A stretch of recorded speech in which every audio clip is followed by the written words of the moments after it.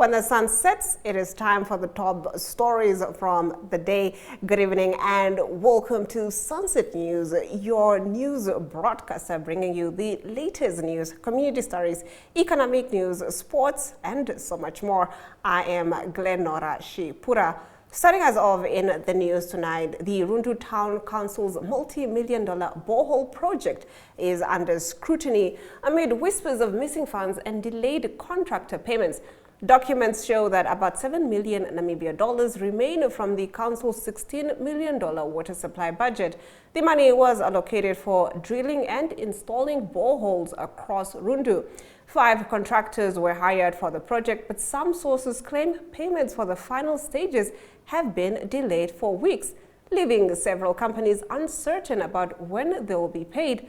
There are also concerns that the town's recent salary delays could be linked to possible cash flow shortages, with some insiders suggesting part of the $7 million might be unaccounted for. The project, funded through the Ministry of Urban and Rural Development, is meant to ease Rundu's chronic water shortages, but Town Council Chief Executive Officer Olavia Nathaniel has dismissed the allegations as misleading. He says he hasn't received any formal complaints from contractors and insists the project is on track. Nathaniel also explained that the $7 million balance excludes engineering fees and infrastructure still under construction, such as water towers on staff salaries. Nathaniel says all employees have been paid, adding that staggered payments were an internal measure to prevent auditing problems. Moving over to our next story, mine workers in Swakopmund took to the streets today protesting against what they call unfair labor practices at Bayfeng Mining Technology Services. The demonstration was led by members of the Mine Workers Union of Namibia, joined by affected employees. Vice Chairperson of the NUNW in the Erongo region, Stainless Imbondi, addressed the crowd, outlining the group's main demands and recommendations to the company. The workers are calling for improved working conditions and fair treatment at the Chinese-owned mining service firm. Have a look. The Mine Workers Union and Contractors of Bayfeng Mining Technology Services held a peaceful demonstration to address pressing issues affecting their members and the broader workforce. They handed over a petition demanding 4 recommendations. Employees respectfully demand the following action within 30 working days from receipt of this petition. Yes. Independent investigation, immediate investigation into all allegations and appropriate corrective measures. Ratifications of decisions, reinstatement of original contracts, and reversal of all unlawful alterations of employment terms. Equal treatment, end to discriminatory practice, and introduction of a fair benchmarking system. Back pay, and I have to repeat this. Yes. You do your things and you don't want to back pay people as they deserve. Back pay and compensation. Immediate payment of all outstanding remunerations and benefits due to affected employees. Down, Black Chinese, down! Down! Down, Black Chinese, down! Down! Viva! Viva! Amandla!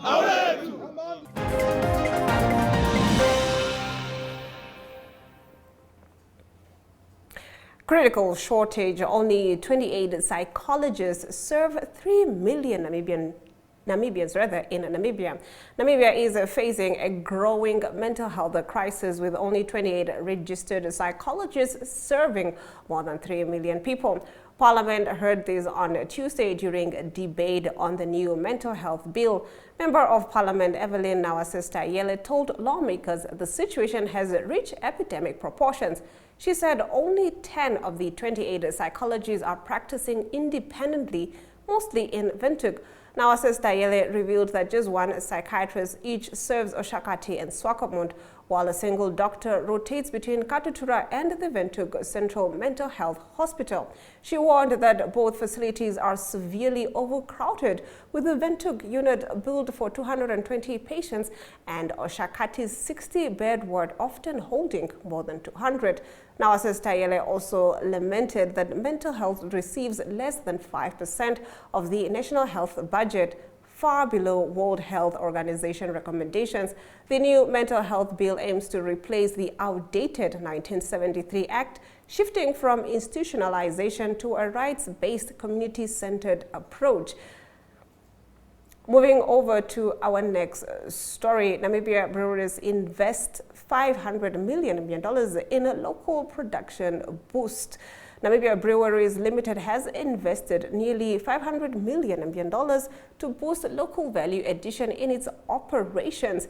Managing Director Waldemar von Lieres says the investment has allowed the company to start brewing popular beverages such as Savannah, Tazenberg, and Castello locally.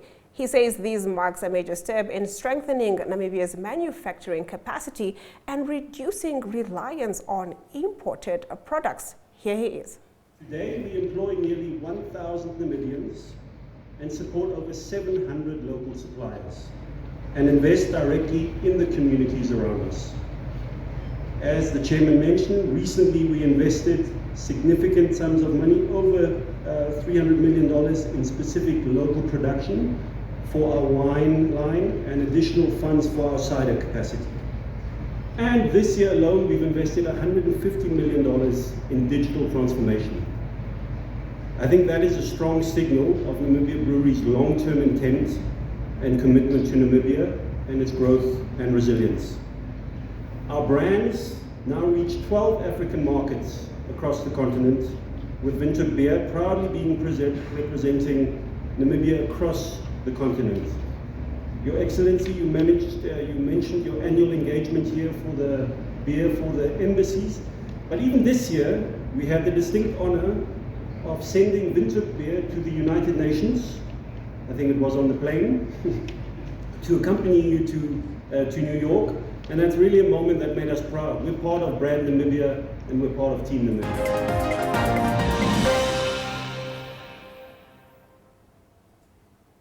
That concludes our top stories. On the other side of the break, we take a look at Namibian musician Lioness, who has premiered her new documentary. More on this on the other side of the break.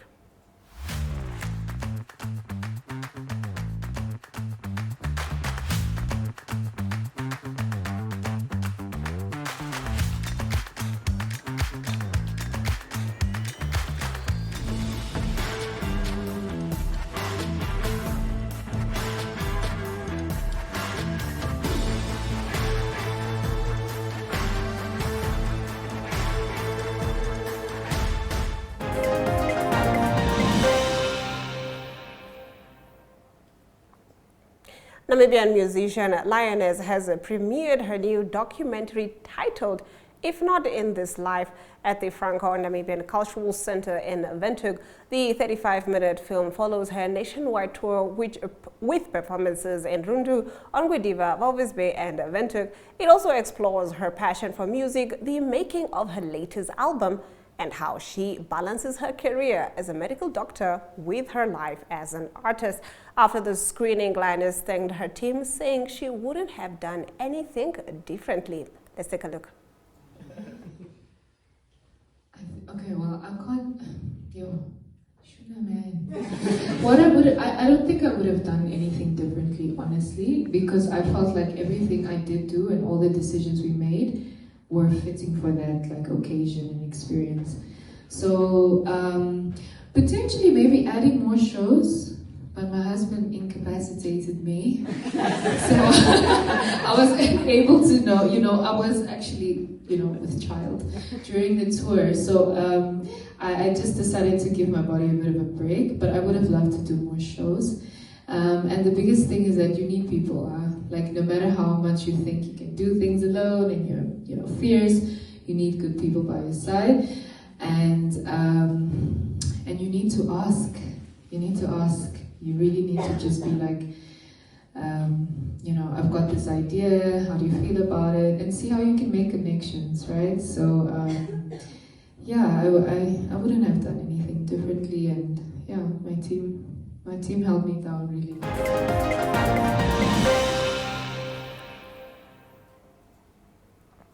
Still to come, what's really behind SWAPO's sharp decline in the 2024 elections? An analyst breaks down the numbers and what they could mean for 2029. That's on Community Talk.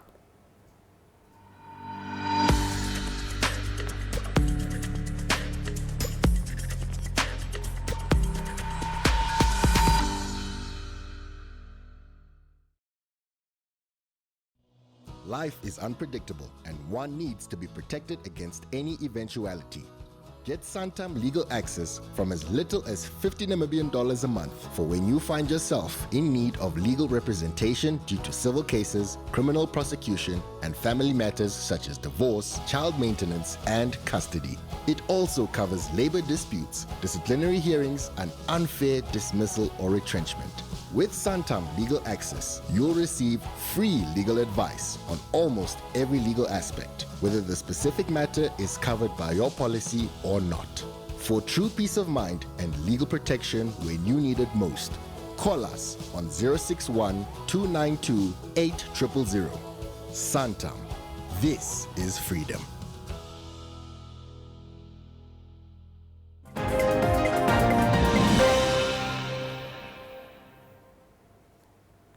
As mentioned before the break, the research associate at the Institute for Public Policy Research, Max Wayland, says several factors contributed to SWAPO's poor performance in the 2024 National Assembly and presidential elections.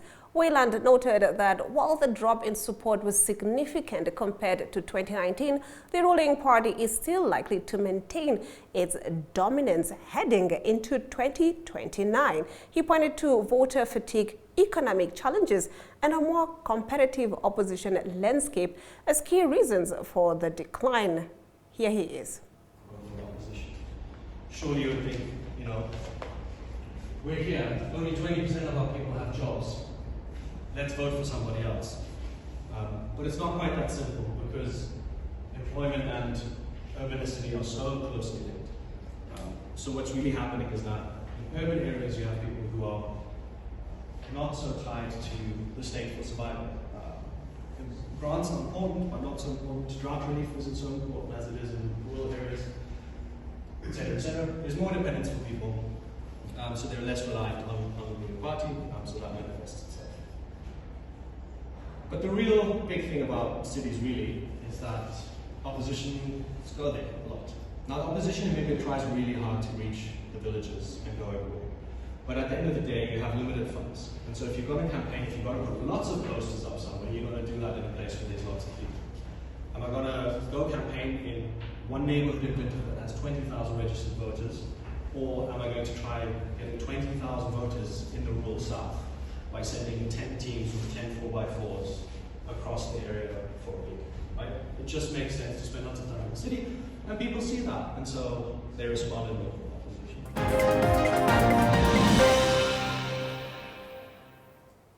Coming up next, a major update on sweeping tax reforms that will affect businesses and individuals across the nation.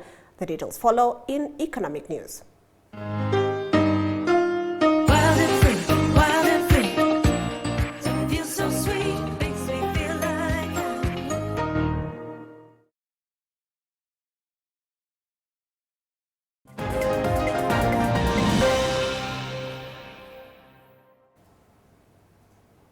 Finance Minister Erika Shafuda has confirmed that Namibia's long-awaited overhaul of the Income Tax Act will be finalized by the end of March 2026. Tabling the midterm budget, Minister Shafuda said the reforms aims to boost economic competitiveness and fairness. For individuals, key changes include adjustments to the taxation of lump sum retirement benefits and caps on housing benefit tax structures.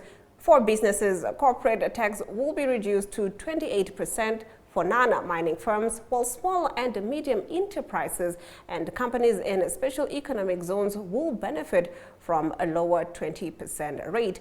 The taxation framework for long-term insurers will also be aligned with that of non-mining businesses. To ease administration, the validity period of tax good standing certificates will now extend to 1 year for individuals and SMEs and 6 months for all other taxpayers. Minister Shafuda said a comprehensive mid-term revenue strategy will guide the reform process, with further proposals expected in the February 2026 main budget. Next up, financial indicators. The Namibian dollar trades against the British pound at 23.24, against the euro at 20.17, against the US dollar at 17.39. 2 Namibian dollars and 44 cents gets you 1 Chinese yuan. On the commodities market, gold went down while copper, platinum and Brent crude oil went up. Brent crude oil trading at 1.59%, going for $62 and 73 cents per barrel. Starting us off in international news, Trump puts Putin meeting on hold, citing risk of a waste of time. President Donald Trump has delayed his planned meeting with Russian President Vladimir Putin, saying he doesn't want it to be a waste of time. The talks were due to take place in Budapest but have now been put on hold following discussions between American and Russian officials. Trump said he only wants to meet when there's a real chance of progress in resolving the war in Ukraine. Russia has signaled it's not ready for an immediate ceasefire, while the Kremlin says more preparation is needed before any summit can happen. European leaders have welcomed the delay, viewing it as a sign that Washington will not rush into talks while fighting continues on the battlefield. No new date has been set for the meeting. That concludes our international news. We now dive into the weather predictions for tomorrow.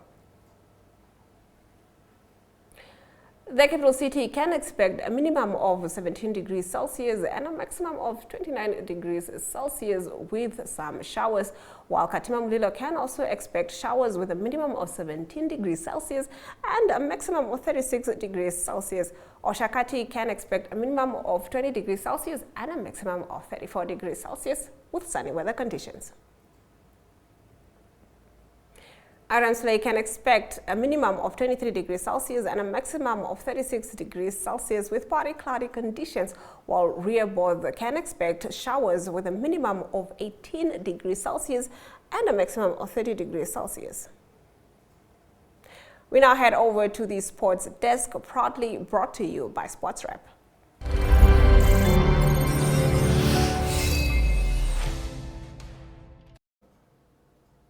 So, we all know the international break is over. We had some Premier League games this past weekend, but last night we did get some wonderful results, or we had a goals galore in the Champions League Tuesday night games. We're looking forward to seeing how the Wednesday night games go down. Very excited to see how Liverpool fare against Eintracht Frankfurt, so we see how that game goes. But let's have a look at some of the results from yesterday's matches. I think a lot of high-scoring games. Borussia Dortmund beating Copenhagen 4-2 in one of the matches. I think that was a very good score by Borussia Dortmund, with Nkema scoring 2 goals and Fabio da Silva also getting a goal for himself. I mean, he's played for Premier League teams before, so wonderful to see how that game went. And in other games as well, looking at, I think this was most probably a very obvious result. Internazionale Milan, all the way from Italy, put up a good match against Union Saint-Gilloise from Belgium, winning their game 4-0.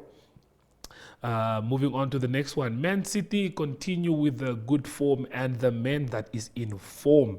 Erling Haaland scored once again, scored the opening goals for Manchester City against Villarreal, and Bernardo Silva sealed it off in the first half for Man City to win the game 2-0. Paris Saint-Germain, PSG put on, I think, a masterclass. It was a disastrous match. We had 2 red cards in the first half, and After that, PSG just put on a show, winning the game 7-2 with Desiree Doué scoring 2 goals for himself. And we also saw the Ballon d'Or winner, of course, Ousmane Dembele, get on the score sheet. And Vitinha also got a last-minute goal to close everything off there for the team. Garcia scored both goals for Bayer Leverkusen, but PSG proved too strong. I think they are one of the favorites to look out for in this Champions League. A few more results after this one. Let's have a look at Napoli. I think this was the shock result of the weekend, not of the weekend, but of last night, with Napoli only scoring 2 goals through Scott McTominay, but losing against Netherlands champions PSV 6-2. A very, very shocking score, but that's how that game went down.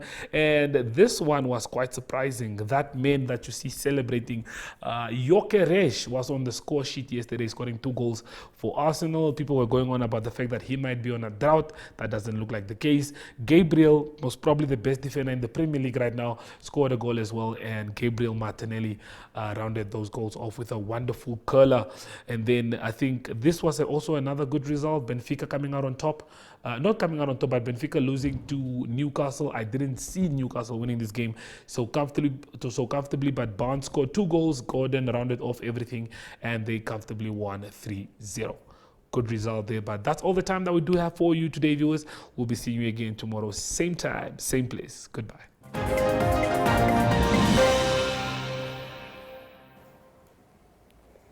When it comes to the world of sports, I only trust one team, and that is Sportstrap, to keep me updated. That was Brian Munango with the sports news. And with that, we have come to the end of the broadcast. Make sure you join Sunset News on Facebook, on all the NMH platforms on weekdays, as well as on our website, oneup2.com. Sunset News screens on DSTV channel 285 every Monday to Thursday from 7:30 p.m. to 8 p.m. This has been Sunset News. Don't end your day without us.